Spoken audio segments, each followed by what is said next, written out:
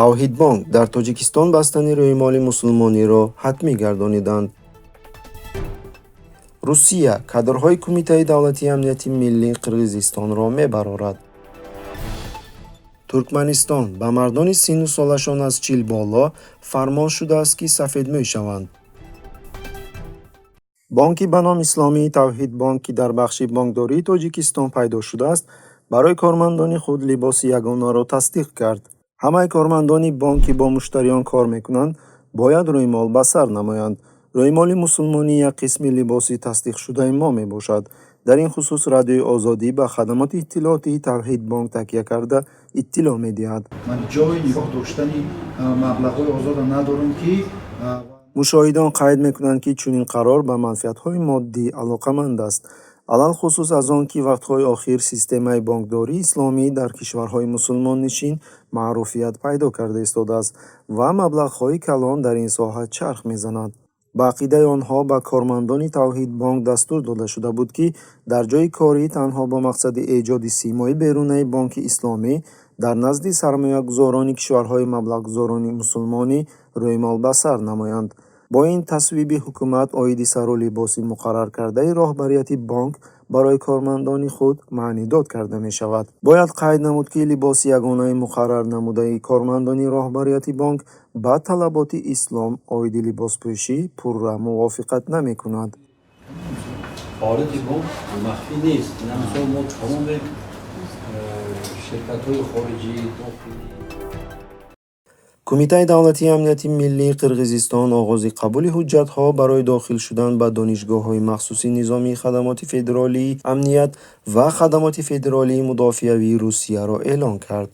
маълумоти дахлдор дар сомонаи Кумитаи давлатии амнияти миллии Қирғизистон пайдо гардид. тибқи гузориш, қабули ҳуҷҷатҳо аз 22 январ то 2 марти соли ҷорӣ сурат хоҳад гирифт.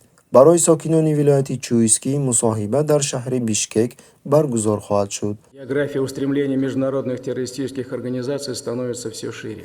ёдрас мекунем, ки Қирғизистон чун дигар кишварҳои Осиёи марказӣ таҳти нуфузи мустамликавии Русия қарор дорад. рӯзноманигори маъруфи қирғиз Перизат Қирғизбоева вазъиятро чунин шарҳ дод. Влиятельные страны мира, как Америка. кишварҳои бо нуфузи ҷаҳон аз қабили Амрико, Бритониё, Русия, Фаронса, Иттиҳоди Шӯравӣ дар замони гузашта мекӯшанд, ки бо роҳҳои гуногун ва воситаҳо ба давлатҳои гуногун таъсир гузаронанд, аз ҷумла тавассути таълиму тарбияи кадрҳои низомӣ, дипломатҳо, хадамоти махсус ва ин чорабинӣ низ ба ин мувофиқат мекунад. ташаккул намудани кадрҳо дар Кумитаи давлатии амнияти миллӣ муддати тӯлонӣ аст, ки аз ҷониби муассисаҳои таълимии хадамоти махсуси Русия сурат мегирад ва хатмкунандагони ин муассисаҳо дар боло рафтан дар мансаб дар вазифаҳои асосӣ авлавият мегиранд.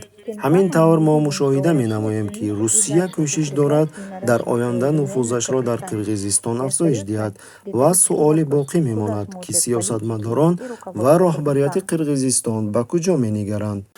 И Россия для нас это надежный, близкий, верный союзник и важный, долгосрочный стратегический партнер.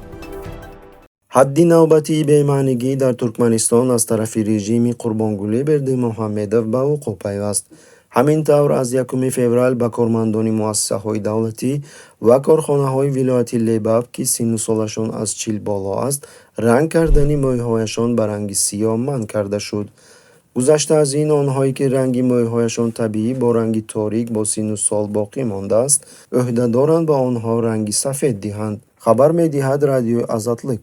қонуни нави махфӣ бо сафедмӯй шудани президенти кишвар, ки пештар мӯйҳояшро ранг мекард, маънидод мешавад. тибқи иттилои Хроника Туркменистана, сокинон аз ин навоварӣ норозӣ ҳастанд, зеро қаблан Бердимуҳаммедов мӯйи худро ба ранги сиёҳ ранг мекард. онҳо маҷбур буданд, ки мӯйҳои сафеди худро зери ранг пинҳон кунанд. ҳоло бошад онҳо баръаксро талаб мекунанд. ёдрас мекунем, ки дар аввали соли 2018 мақомот аз соҳибони мошинҳои рангаш сиёҳ талаб карда буданд, ки ранги мошинҳои худро сафед кунанд. сабаби қабули чунин қарор адоват доштани Қурбонгулӣ Бердимуҳаммедов ба ранги сиёҳ будааст, зеро ба ақидаи ӯ ранге ки хушбахтӣ меорад, ин ранги сафед мебошад. ба ақидаи президент, сокинони Туркманистон, ки мошинҳои рангаш сиёҳ меронанд, ба кишвар мусибатҳо меоранд.